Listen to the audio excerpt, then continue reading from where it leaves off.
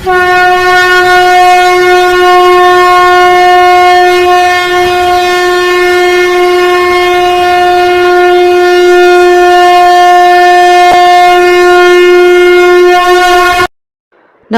दोस्तों, राधे राधे।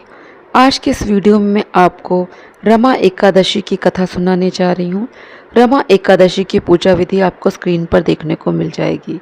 हिंदू पंचांग के अनुसार कार्तिक माह के कृष्ण पक्ष की एकादशी को रमा कहा गया है। रमा का अर्थ लक्ष्मी से है, इसलिए इस दिन लक्ष्मी जी के साथ साथ विष्णु जी के केशव स्वरूप की पूजा अर्चना की जाती है। यह चातुर्मास की आखिरी एकादशी भी है। रमा एकादशी का व्रत इस साल 21 अक्टूबर शुक्रवार को रखा जाएगा। रमा एकादशी पर पूजा के लिए सायंकाल दीपदान करने से देवी लक्ष्मी अति प्रसन्न होती हैं एवं इससे सुख समृद्धि धन में वृद्धि होती है और समस्त बिगड़े काम बन जाते हैं। व्रत का महत्व। शास्त्रों के अनुसार धर्मराज युधिष्ठिर के आग्रह पर भगवान श्री कृष्ण सभी पापों से मानव को मुक्त करने वाली पावन रमा एकादशी के महात्म्य के बारे में बताते हैं। जो मनुष्य साल भर आने वाली एकादशी तिथि के व्रत धारण नहीं कर पाते हैं, वो महज इस एकादशी का व्रत रखने से ही जीवन की दुर्बलता और पापों से मुक्ति पाकर सुखमय जीवन जीने लगते हैं।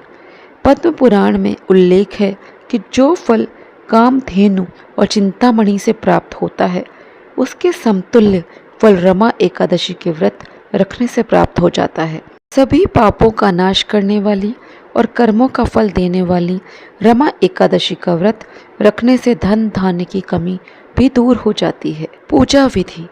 रमा एकादशी के दिन भगवान विष्णु के दिव्य रूप केशव की पूजा देवी लक्ष्मी के साथ की जाती है।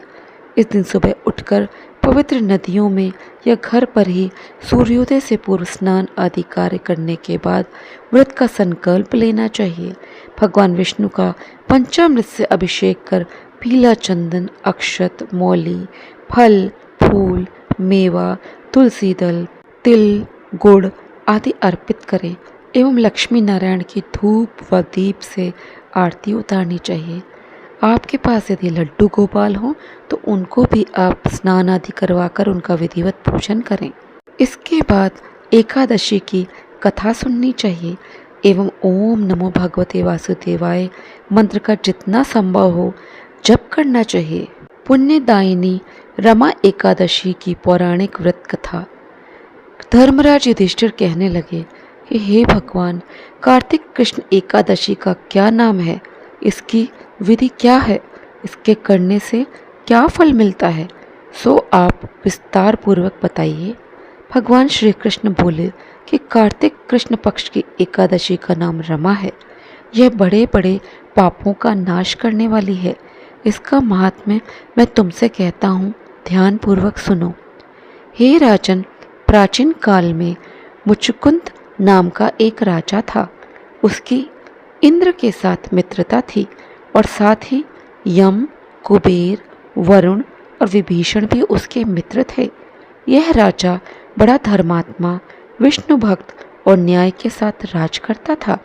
उस राजा की एक कन्या थी जिसका नाम चंद्रभागा था। उस कन्या का विवाह चंद्रसेन के पुत्र शोभन के साथ हुआ था। एक समय वह शोभन ससुराल आया। उन्हीं दिनों जल्दी ही पुण्यदायिनी एकादशी रमा भी आने वाली थी। जब व्रत का दिन समीप आ गया तो चंद्रभागा के मन में अत्यंत सोच उत्पन्न हुआ कि मेरे पति अत्यंत दुर्बल हैं और मेरे पिता की आज्ञा अति कठोर है। दशमी को राजा ने ढोल बजवाकर सारे राज्य में यह घोषणा करवा दी कि एकादशी को भोजन नहीं करना चाहिए। ढोल की घोषणा सुनते ही शोभन को अत्यंत चिंता हुई और अपनी पत्नी से उसने कहा, हे प्रिय, अब क्या करना चाहिए? मैं किसी प्रकार भी भूख सहन नहीं कर सकूंगा। ऐसा उपाय बतलाओ कि जिससे मेरे प्राण बच सकें, अन्यथा मेरे प्राण अवश्य चले जाएंगे। चंद्रभागा कहने लगी कि हे स्वामी, मेरे पिता के राज में एकादशी के दिन कोई भी भोजन नहीं करता। हाथी, घोड़ा, ऊंट, बिल्ली, गौ आदि भी तृण, अन्न, जल आदि ग्रहण नहीं कर सकते। फिर मनुष्य का तो कहना ही क्या है। यदि आप भोजन करना चाहते हैं तो किसी दूसरे स्थान पर चले जाइए, क्योंकि यदि आप यहीं रहना चाहते हैं तो आपको व्रत अवश्य करना पड़ेगा। ऐसा सुनकर शोभन कहने लगा कि हे प्रिय, मैं व्रत अवश्य करूँगा, जो भाग्य में होगा वह देखा जाएगा। इस प्रकार से विचार कर शोभन ने व्रत रख लिया और वह भूख व प्यास से अत्यंत पीड़ित होने लगा। जब सूर्य नारायण अस्त हो गए और रात्रि को जागरण का समय आया, जो वैष्णवों को अत्यंत हर्ष देने वाला था, परंतु शोभन के लिए अत्यंत दुखदायी हुआ। प्रातःकाल होते शोभन के प्राण निकल गए। तब राजा ने सुगंधित काष्ठ से उसका दाह संस्कार करवाया, परंतु चंद्रभागा ने अपने पिता की आज्ञा से अपने शरीर को दग्ध नहीं किया और शोभन की अंत्येष्टि क्रिया के बाद अपने पिता के घर में ही रहने लगी। रमा एकादशी के प्रभाव से शोभन को मंदराचल पर्वत पर धन धान्य से युक्त तथा शत्रुओं से रहित एक सुंदर देवपुर प्राप्त हुआ। वह अत्यंत सुंदर रत्न और वैदुर्य मणि जटित स्वर्ण के खंभों पर निर्मित अनेक प्रकार की स्फटिक मणियों से सुशोभित भवन में बहुमूल्य वस्त्राभूषणों तथा छत्र व चंवर से विभूषित गंधर्व और अप्सराओं से युक्त सिंहासन पर आरूढ़ हुआ। ऐसा शोभायमान होता था मानो दूसरा इंद्र विराजमान हो। एक समय मुचकुंद नगर में रहने वाले एक सोम शर्मा नामक ब्राह्मण तीर्थ यात्रा करता हुआ घूमता घूमता उधर जा निकला और उसने शोभन को पहचान कर कहा कि यह तो राजा का जमाई शोभन है। उसके निकट वह गया। शोभन भी उसे पहचान कर अपने आसन से उठकर उसके पास आया और प्रणाम आदि करके कुशल प्रश्न किया। ब्राह्मण ने कहा कि राजा मुचकुंद और आपकी पत्नी कुशल से हैं। नगर में भी सब प्रकार से कुशल हैं, परंतु हे राजन, हमें आश्चर्य हो रहा है। आप अपना वृत्तांत कहिए कि ऐसा सुंदर नगर जो न कभी देखा न सुना, आपको कैसे प्राप्त हुआ। तब शोभन बोला कि कार्तिक कृष्ण की रमा एकादशी का व्रत करने से मुझे यह नगर प्राप्त हुआ, परंतु यह अस्थिर है। यह स्थिर हो जाए ऐसा उपाय कीजिए। ब्राह्मण कहने लगा कि हे राजन, यह स्थिर क्यों नहीं है और कैसे स्थिर हो सकता है, आप बताइए, फिर मैं अवश्य में वह उपाय करूँगा। मेरी इस बात को आप मिथ्या न समझिए। शोभन ने कहा कि मैंने इस व्रत को श्रद्धा रहित होकर किया है, अतः यह सब कुछ अस्थिर है।